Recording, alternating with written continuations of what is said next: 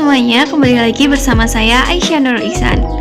Pada video kali ini saya akan menjelaskan dan menganalisis sistem informasi manajemen perbekalan. Sistem informasi manajemen yang akan saya analisis ialah Inventory Management oleh Richard Jeremy. Tujuan dari sistem informasi ini ialah untuk memudahkan perusahaan dalam penomoran barang, pendataan barang, informasi kondisi barang, proses peminjaman dan pengembalian barang, serta pendataan barang dan transaksi pembelian. Alur penggunaan sistem Inventory Management Richard Lab.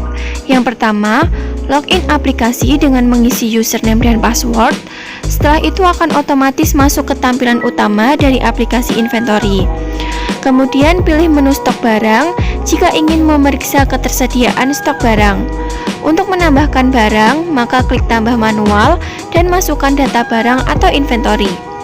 Setelah itu, pilih ekspor data jika ingin mencetak daftar stok barang. Setelah itu, kita bisa pilih menu transaksi data. Kemudian untuk memasukkan transaksi data baru, pilih barang masuk atau kembali, kemudian input data.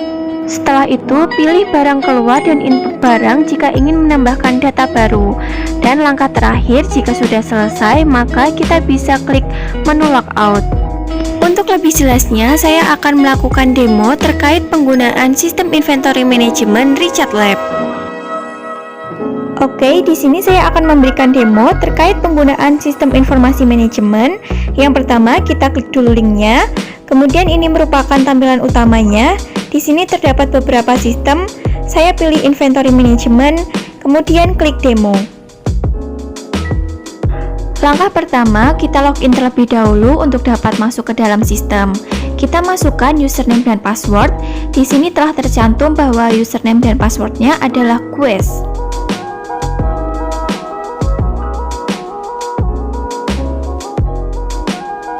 Jika sudah, kita bisa klik login atau masuk.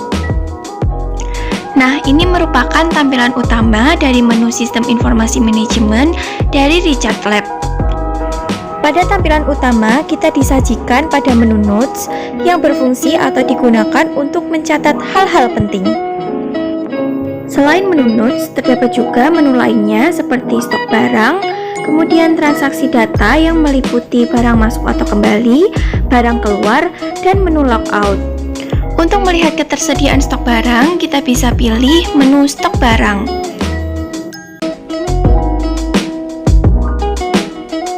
Nah, ini merupakan tampilan utama dari menu stok barang. Di sini terdapat beberapa data terkait ketersediaan barang yang masih ada di dalam gudang. Kemudian untuk menambahkan data barang, kita bisa klik tambah barang, kemudian kita mengisi data. Nama barang, misal meja kantor, kemudian jenisnya, yaitu perabotan kantor, lalu merek, misal Olimpik, kemudian ukuran, lalu jumlah stok barang, misalkan di sini 10, kemudian kita pilih satuannya, yakni karena ini meja, yakni cm, kemudian lokasinya kita pilih di gudang. Jika data sudah terisi semua, maka kita bisa klik simpan.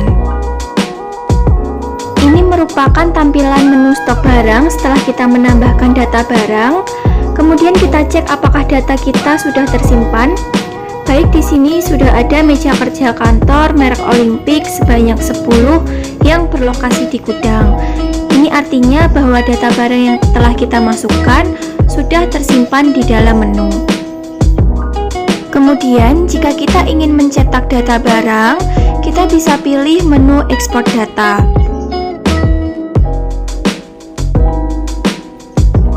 Nah, ini merupakan tampilan dari data stok barang setelah kita mengeklik ekspor data. Nah, di sini bisa kita lihat ketersediaan stok barang. Jika kita ingin mencetaknya, di sini juga terdapat beberapa pilihan seperti Excel, PDF, print, copy, dan CSV. Nah, di sini saya pilih PDF. Nah, ini merupakan tampilan jika kita ingin mencetak dalam bentuk PDF.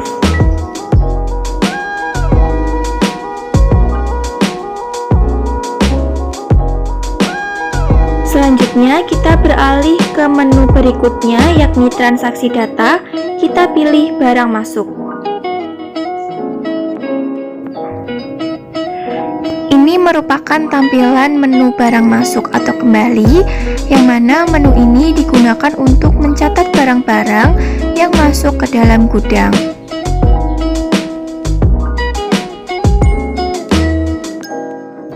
Untuk menambahkan data barang masuk, kita bisa klik tambah, kemudian bisa langsung mengisi data barang masuk.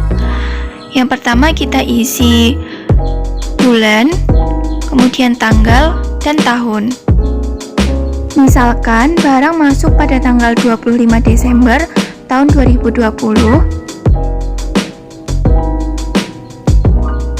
Kemudian kita pilih nama barangnya, misal meja kerja kantor. Kemudian kita masukkan jumlah barang yang masuk. Misalkan di sini 5 barang, kita tulis jumlahnya 5. Dan yang terakhir adalah keterangan, kita pilih masuk. Kemudian jika sudah terisi semua, kita bisa klik simpan. Ini merupakan tampilan menu transaksi data barang masuk setelah kita menambahkan data barang masuk. Nah, bisa kita lihat pada tanggal 25 Desember telah masuk meja kerja kantor merek Olimpik sebanyak 5. Selanjutnya kita cek ke menu stok barang. Nah, kita lihat pada data meja kerja kantor. Nah, di sini telah berubah dari yang sebelumnya berjumlah 10 menjadi 15 karena kita tambahkan tadi ada barang masuk sejumlah 5. Selanjutnya ke menu terakhir, yakni menu transaksi data barang keluar. Menu ini digunakan untuk mencatat riwayat barang-barang yang keluar dari gudang.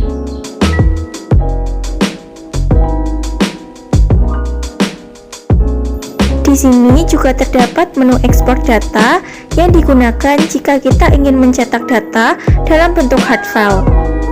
Lalu, jika kita ingin menambahkan riwayat barang keluar, kita klik tambah, kemudian input barang keluar. Kita tulis tanggal barang keluar, misal tanggal 29 Desember tahun 2020. Kemudian kita pilih nama barang yang keluar. Misal di sini meja kerja kantor. Kemudian kita tulis jumlah barang yang keluar. Misalkan jumlah barang yang keluar adalah 3, kemudian kita tulis nama penerimanya. Lalu yang terakhir kita tulis keterangan keluar, kemudian klik simpan.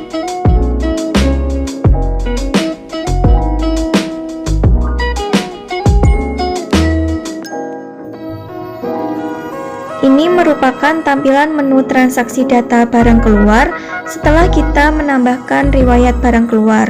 Di sini dapat kita lihat bahwa pada tanggal 29 Desember telah keluar meja kerja kantor yang berjumlah 3 buah dan diterima oleh Ibu Hanifah.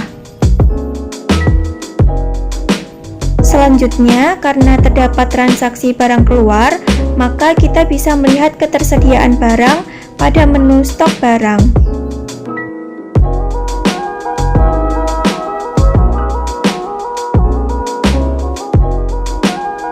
Nah, di sini dapat kita lihat bahwa ketersediaan meja kerja kantor stoknya telah berubah dari 15 menjadi 12 karena telah terjadi transaksi barang keluar sebanyak 3.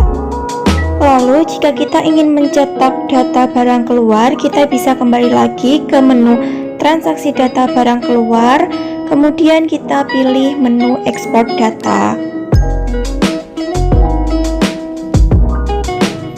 Ini merupakan tampilan transaksi barang keluar jika kita ingin mencetaknya ke dalam bentuk file. Di sini juga disediakan beberapa bentuk file yang dapat kita pilih sesuai dengan kebutuhan. Lalu yang terakhir, jika kita sudah selesai, maka kita bisa pilih menu logout. Informasi yang didapatkan dari sistem informasi manajemen perbekalan ini ialah: yang pertama, ketersediaan stok barang di gudang. Yang kedua, informasi mengenai barang yang masuk atau kembali ke gudang. Yang ketiga, informasi mengenai barang yang keluar dari gudang. Nah, ini merupakan hierarki sistem dari sistem inventory management oleh Richard Lab. Di sini terdapat sistem informasi inventaris gudang yang terdiri dari menu notes, stok barang, dan transaksi data. Pada menu notes terdapat add notes, lalu pada menu stok barang terdiri dari daftar barang yang di dalamnya terdapat menu tambah, ekspor data, delete, dan edit. Dan yang terakhir terdapat menu transaksi data yang meliputi barang masuk atau kembali dan barang keluar. Ini merupakan tampilan flowchart yang saya buat berdasarkan hasil analisis saya terhadap sistem informasi manajemen dari Richard Lab. Proses ini diawali dari bagian gudang yang melihat dari data barang inventaris, kemudian mengecek ketersediaan barang inventaris. Jika barang habis, maka admin langsung merekap atau mendata stok barang yang habis. Kemudian dari data barang habis tersebut dilakukan pengecekan terhadap barang-barang mana saja yang perlu dilakukan restock atau persediaan ulang. Kemudian jika barang-barang tersebut perlu dilakukan restock, maka dimasukkan ke data barang habis. Kemudian dilakukan laporan barang habis kepada pimpinan. Dari data barang habis tersebut kemudian ditindaklanjuti oleh bidang keuangan, lalu bidang keuangan membuat rincian biaya yang diperlukan untuk restock barang. Setelah itu dihasilkan laporan biaya operasional pembelian barang yang kemudian dilaporkan kepada pimpinan untuk ditindaklanjuti. Agar sistem ini menjadi lebih baik lagi, saya sarankan untuk menambahkan beberapa informasi tambahan seperti perlu ditambahnya fitur baru, yakni fitur edit dan delete data, kemudian perlunya normalisasi database, dan sistem ini masih perlu diperbaiki lagi karena terkadang masih sering error. Seperti yang saya temui pada saat ekspor data, terdapat tulisan error yakni session has already started dan error kembali pada saat login. Itu tadi merupakan pemaparan dan analisis saya terkait sistem inventory management dari Richard Lab. Terima kasih telah menyaksikan video ini. Apabila terdapat salah dan kurangnya, saya mohon maaf. Wassalamualaikum warahmatullahi wabarakatuh.